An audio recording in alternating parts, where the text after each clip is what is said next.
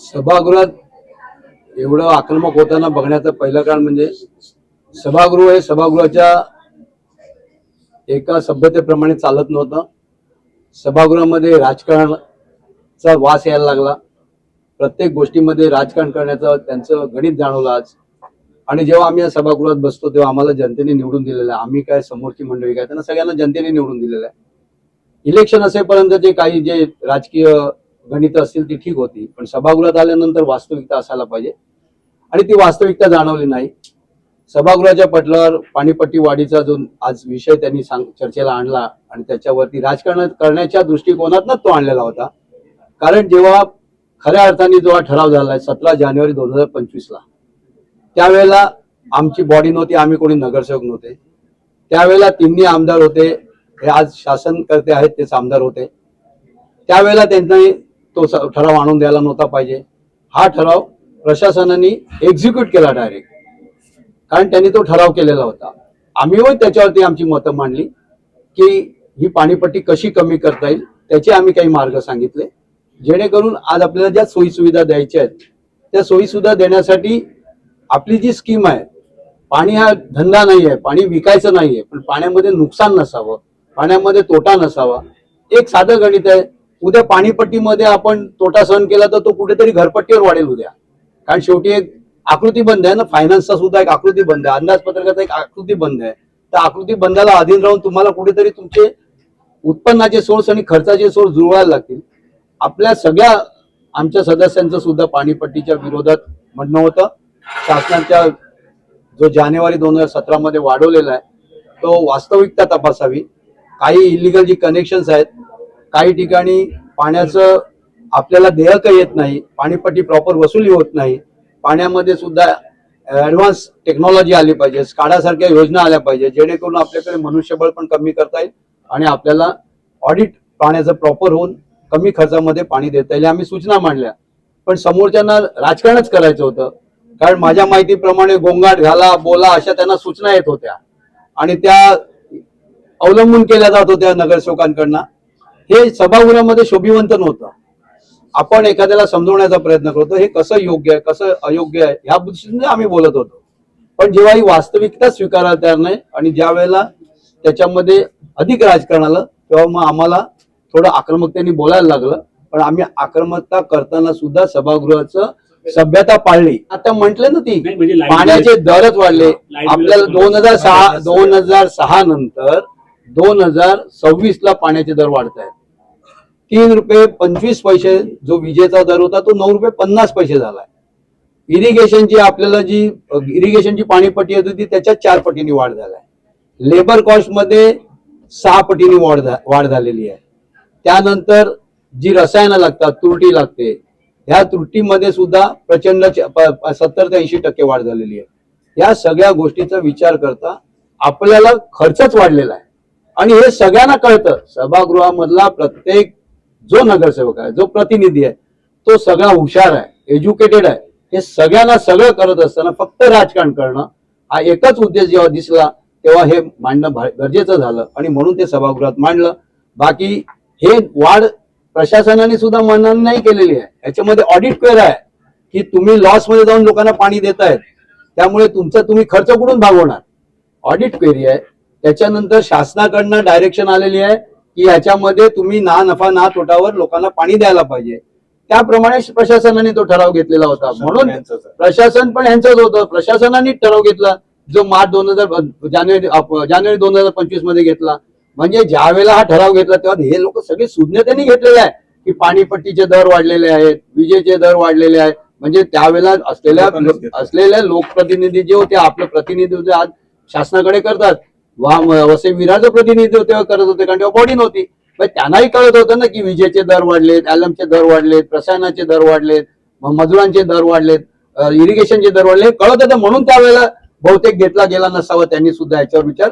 पण आता जेव्हा त्यांना जाणवायला लागलं की ह्याच्यावर आपल्याला राजकारण करता येते म्हणून तो राजकीय हेतूने प्रेरित आजचा त्यांनी ही बाजू त्यांनी मांडायचा प्रयत्न केला आणि हेजिटेशन केली आणि त्यांनी वॉकआउट केलं आणि ते गेले.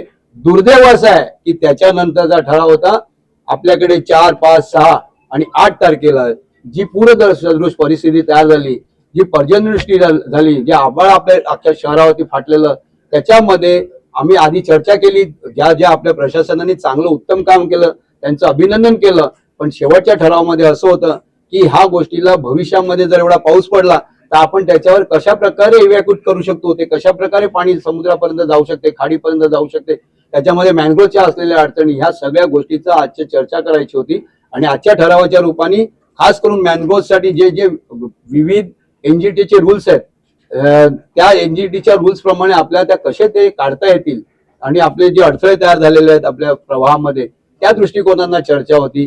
समुद्राची जी खाडीची तोंड आहेत ती मोठी करण्याच्या संदर्भातलं होती. काही नाल्यांची जी खोदाई आहे त्याच्याबद्दलची होती. काही नाल्यांमधनं प्रवाह व्यवस्थित प्रकारे जाऊ शकत होता त्याची होती. खास करून सांगायचं होतं म्हणजे डीएफसीसी, दिल्ली फ्रेट कॉरिडॉर जो आहे, डेडिकेटेड फ्रेट कॉरिडॉर, आणि बुलेट ट्रेन, या दोन शहरातना जेव्हा आपल्या दोन्ही योजना गेल्या त्यावेळेला शहरामधले जे जुने नाले होते, जुने जे प्रवाह होते, जे पाणी जाऊन प्रवाहाचे प्रवाह होते, हे कुठेतरी बंद झालेले आहेत. ते कसे व्यवस्थित चालू करतील तो एक ठराव याच्यामध्ये येणार होता, पण यांनी यांच्या या कारणामुळे तो घेऊ शकले. जनता सगळी सुज्ञ आहे. जनतेला आम्ही गेले 30-35 वर्ष प्रतिदिन 4 रुपयांनी पाणी देत आहोत. आम्हाला आजही वाटते प्रतिदिन 4 रुपयांनी पाणी द्यायला पाहिजे. फक्त हा खर्चाचा मेळ कुठून जुळवायचा, एक लक्षात घ्या, आतापर्यंत जे पाणी आलं ना, 1.5 वर्षात कुठल्या आमदारांनी पाणी आणलंय का, कुठली योजना आणलाय का? पहिली योजना आणली उसगावची, ती लोकनेते हितेंद्र ठाकूरांनी आणली.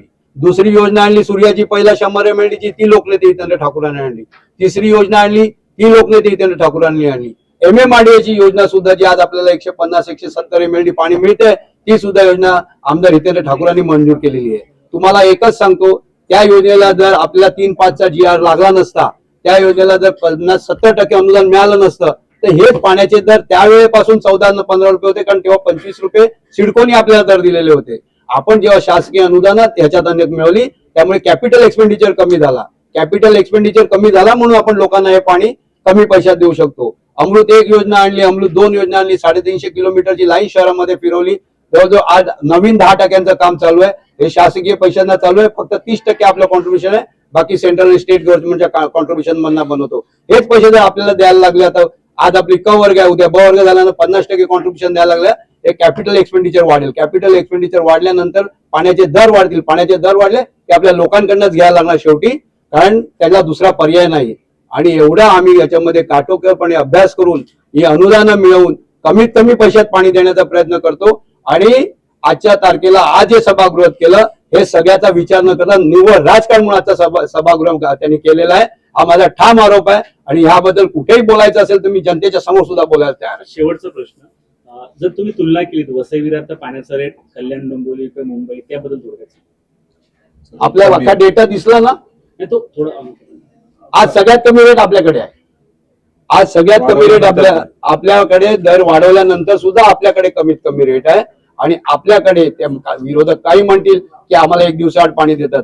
आज आपलं शहर वसईची खाडी ते भाईंदरच्या खाडीपर्यंत विस्तारलेलं शहर आहे. 380 स्क्वेअर मीटर मध्ये आपल्याला 20 तासात पाणी द्यायचं आहे. आपल्याला त्यासाठी काही नियोजनबद्ध कार्यक्रम आखायचा आहे, आणि तो आम्ही गेले अनेक वर्ष आखलेल्या कार्यक्रमाप्रमाणे चाललेलो आहे. एवढं तुम्हाला खात्रीपूर्वक सांगतो, 95 सालापासून आजपर्यंत, ज्या दिवसापासून उसगावची योजना आल्या त्या दिवसापासून आजपर्यंत आपल्या शहरामध्ये कधी पाणी कपात मे महिन्यात झालेली नाही. याचं कारण नियोजन व्यवस्थित आहे. नियोजनामुळे पाणी आपण व्यवस्थित लोकांना शेवटच्या क्षणापर्यंत देऊ शकतो.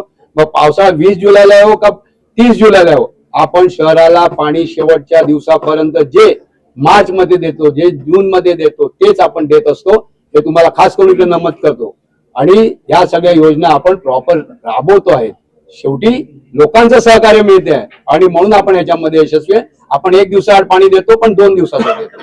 काही ठिकाणी जाती नसेल, थोडंसं प्रेशरमुळे जात नसेल, पण येणाऱ्या अमृतची योजना पूर्ण झाल्यानंतर, या टाक्यांमधनं पाणी पूर्ण ठिकाणी जायला लागल्यानंतर या पाण्यामध्ये बरीचशी सुसूत्रता आहे. आणि आपण स्काडा सिस्टम अडॉप्ट केल्यानंतर वॉटर ऑडिट प्रॉपर होत जाईल. जे ग्रॅव्हिटीने पाणी जाणार असते, गुरुत्वाकर्षणाने जे पाणी जाणार असते, हायड्रोलिक प्रेशर प्रॉपर येईल, आणि आपल्या अख्ख्या शहराला व्यवस्थित पाणी जाईल याची खात्री देतो.